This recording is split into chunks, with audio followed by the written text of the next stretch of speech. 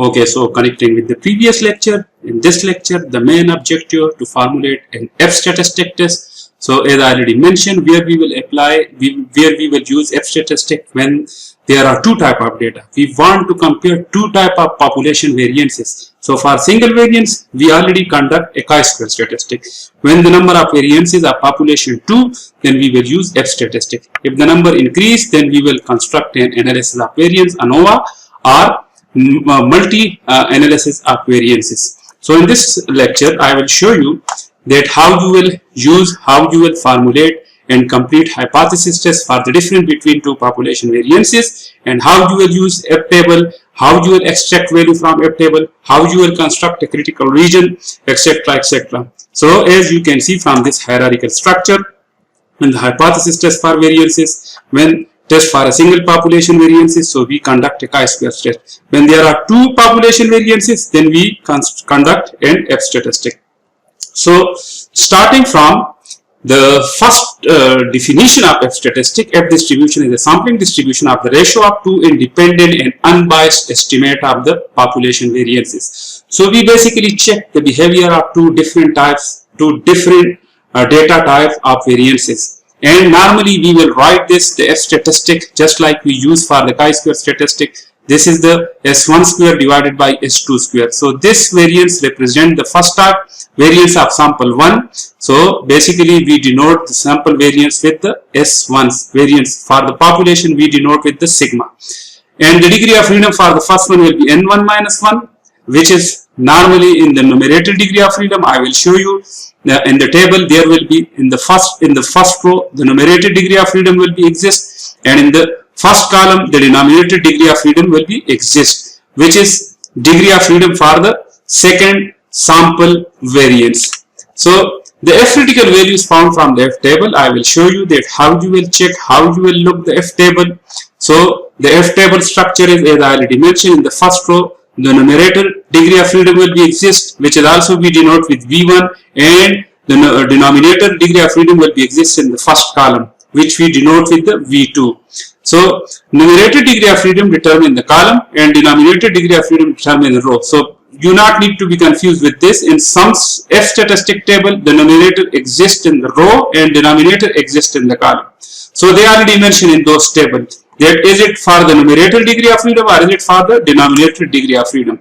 So starting from the testing hypothesis about equality of variances, the F distribution always range from 0 to infinity. So if I construct an F statistic, it will be look like this one, that it will start from 0 to plus infinity. So mean all these start from 0, 1, 2, 3, 4, 5 up to infinity. So that is why the F distribution always range from 0 to infinity. In normal distribution, normally we split the normal distribution. The mean of the normal distribution is 0, the right hand side showing the positive and the left hand side showing the negative. So if F has an F distribution, V1 means degree of freedom 1, which normally denote with the numerator degree of freedom which exists in the column, and V2 which is the denominator degree of freedom which represent in the rows. Then 1 over F has a F distribution with V2 and V1. Okay, so F distribution with V2 and V1 degree of freedom. This implies that the critical value of F that cuts off a specified area of alpha is the level of significance in the lower tail of the distribution, turn out to be the reciprocal of the F value that cut off the same area in the upper tail of the distribution with the degree of freedom of V1 and V2 interchange. That is the lower and upper tail point are related by.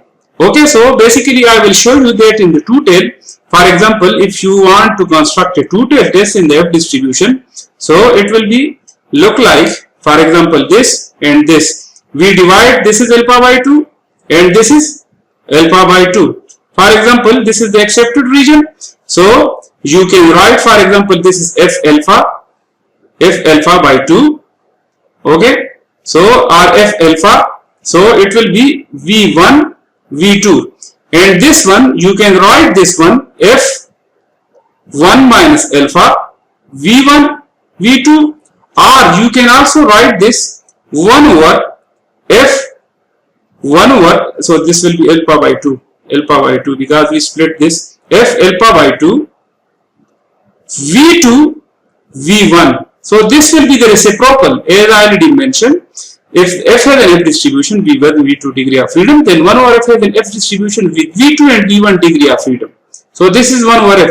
This implies that the critical value of the F that cut off a specified area of alpha. So now we basically cut this area into portion because this is representing the two tail test in the lower tail and the upper tail. The turn out to be the reciprocal of the F value that cut off the same area in upper tail of the distribution with the degree of freedom of V1 and V2. So this is upper tail V1 and V2 interchange, that is the lower and upper tail point are related by. So now this is V2 V1 if you want to use this. So basically this and this are same. So in order to construct the null hypothesis, so this basically this hierarchical structure showing the null hypothesis, if your tail is two tail test, so mean this is similar just like we already did in the chi-square statistic or in the Z statistic or in the T statistic. If one variance, because we will conduct, we will study two type of variances, so it will be mu sigma 1 square is equal to, or you can write this sigma 2 square, or sigma 1 square is not equal to sigma 2 square. So this, when it is not equal to, it will be two tail test. Or if it is sigma 1 square is greater than sigma 2 square, or you can also write it this, or sigma 1 square is less than, sorry, this is greater than, so it will be less than sigma 2 square. So basically this is lower tail test, and this is right tail test or upper tail test, and you can write this. So sigma 2 square is greater than sigma 1 square, and sigma 1 square is greater than sigma 2 square, because this will be the opposite of, this is the upper tail test. So now in this lecture I am also going to discuss how you will construct, how you will find out the F critical value. So you can see this is a two tail test now. This is our F distribution. So in two tail test, basically we divide alpha into different portion, because we are not sure that it will be greater than the specific amount or it will be less than a specific amount. For example, if someone say that the mean, that the variance of a specific product will be, let's suppose 10, we will say no, it will not be equal to 10. So what do you mean? It is greater than 10 or it is less than 10? If it is greater than 10, it will be lying at this upper tail. If it is less than 10, it will be lying at this, but the value will be positive. Okay, 0 to F, because the variance we want to compare two variances, so the variation will be positive. So we basically divide alpha by 2. This is rejected region and this is rejected region.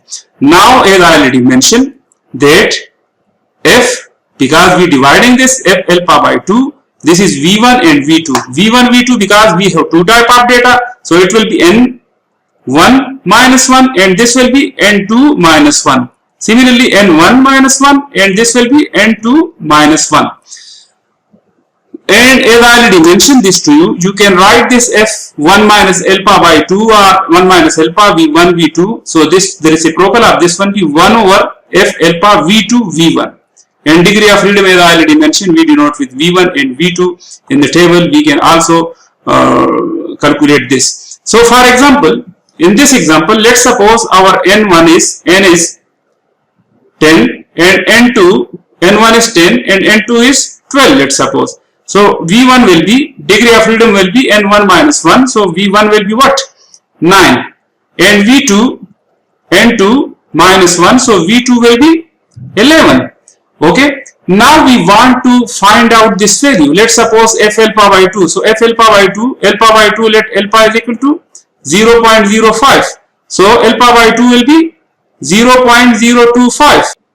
When we put this 0.025 in this one, so alpha by 2 is 0.025. V1 is 9, as N1 minus 1, N1 is 10, 10 minus 1 is 9, and V2 is N2 minus 1, so 12 minus 1 is 11. So I will show you that how you will find this value. So I'm just going now to the F statistic table, that how we will dig out this value, how we will find this critical value. So we will be looking for the level of significance 0.025, and we will be looking for the numerator degree of freedom 9 and the denominator degree of freedom 11. So now I'm just going to the table to calculate this value. So this is F table basically. And F table, you can see this is for the upper one side 0.02 significance level. But we actually looking for the 0.025 significance level. So you can see this table 3 showing the upper one side 0.025. And we looking for the 9 and 11. So the numerator degree of freedom is 9 in our case and the denominator degree of freedom is 11. So 9 and at the front of 11 is the value is 3.59. So you can see this value 3.59. We will write this 3.59 as in the threshold where the rejected region start and where the accepted region finish. So you can see I have just write this 3.59 and this is basically the threshold. This is the boundary where the accepted region finish and the rejected region start. So this is 3.59. Now for the lower tail test, as I already mentioned to you that we can write the lower tail test as 1 minus alpha by 2 V1 and V2. As you know, V1 is n minus 1 numerator degree of freedom and V2 is the denominator degree of freedom. But as I already mentioned that you can also write this the reciprocal because we divide that region at 0.025% in the upper tail and 0.025% in the lower tail. But this is not a normal distribution, this is a F distribution because it is start from 0. So we can also write the reciprocal. So let me write the same statement in the reciprocal because if this 1 minus alpha is equal to 1 divided by F alpha, so it will be if 1, let's suppose this is F1 minus alpha by 2. So the reciprocal will be 1 divided F alpha by 2 V2 and V1. So this is the difference you need to remember because in this is V1 and V2. When you take a reciprocal, this denominator degree of freedom will be changed with the numerator degree of freedom. Mean the first one will be this V2 and V1. So in order to put this 0.025, so alpha by t is 0.025 and 11.9. Now we will check the table. Before we check for 9.11, now we will check for 11.9 and then we will calculate this value. So what is the value in the 0.025? 11.9. 11.9. So once again I am just going to the table to find out this value. So this is once again the same table for the 0.025. Before we find out for 9.11, for 9.11 it was 3.59. Now we will be looking for 11.9. So this is 11 and this is 9th row. 11 column and 9th row. So this is 3.87. Remember this value 3.87. So 1 divided by 3.87. So you can see this 0.025 11.9 is 3.879. So I just write this 1 minus 0.025 9.11 or you can write this is equal sign 1 divided by F 0.025 11.9. And when we check the table, this value is in the 0.025 level of significance table is for 11.9 is 3.879. So 1 divided by 3.87 0.25. So our this threshold will be 0.25. So our acceptance region starts from 0.25 and finish at 3.59. So if the F statistic value, because F is equal to S1 square divided by S2 square. If this values, let's suppose this value is 0.26. So 0.26 will be lying at this stage. So our F statistic will be accepted. Our null hypothesis will be accepted. Let's suppose if this value is 0.24. So our this alternative hypothesis is okay and our this one is rejected. Okay. So on the basis of this you will accept and you will reject. Similarly, for the left tail test, we normally denote with F alpha, V1 and V2. So alpha is equal to 0.05. So F alpha 0.05. V1 is, we have already calculated 9 and 11.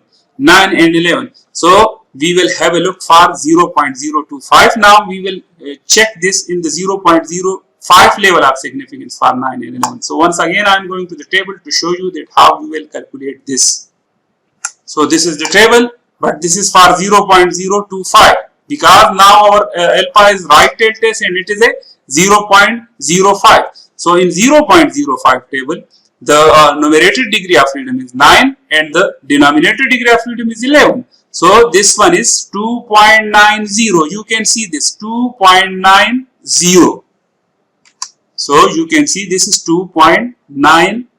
So we have already calculated. So let's suppose this is 0.24. So it is in the accepted, because this is the accepted region. Accepted region start from 0 and finish at 2.90. So if the statistic value is below 2.90, it will be accepted. So you can see if F statistic is lower than the calculated value, it will be accepted. Otherwise, it will be rejected. Similarly, for the left tail test, I already show you that we can write this at two way. We can write this F1 over alpha. You can also write this 1 minus alpha V1 and V2. Or this thing is equal to 1 divided by F alpha V2 V1. So the only difference is this is the reciprocal of this. In the reciprocal, the degree of freedom change. V2 come on the first as the numerator and V1 going as the denominator degree of freedom. So in this scenario, we want to calculate this. Let's suppose alpha is equal to 0.05. Now we will be looking for 11.9. Before in this one, we check out for 9.11. So what will be for 11.9? So once again, I am going to the table to find out this value in the 5% level of significance. So this is the 0.05 level of significance table. We are looking for now 11 and 9. So this is 9 row and this is 11, which is 3.07. You can see this 3.07. So this is 3.07. So 1 divided by 3.07, it will be 0.32. So your rejected region starts from 0 and finish at 0.32. If your F statistic value lie in the accepted region, if F is less than the F critical value, then you will accept it. Otherwise, you will reject it. Otherwise, you will accept it. So at this way, you will interpret the left tail, right tail, and two tail statistic. I hope you understand.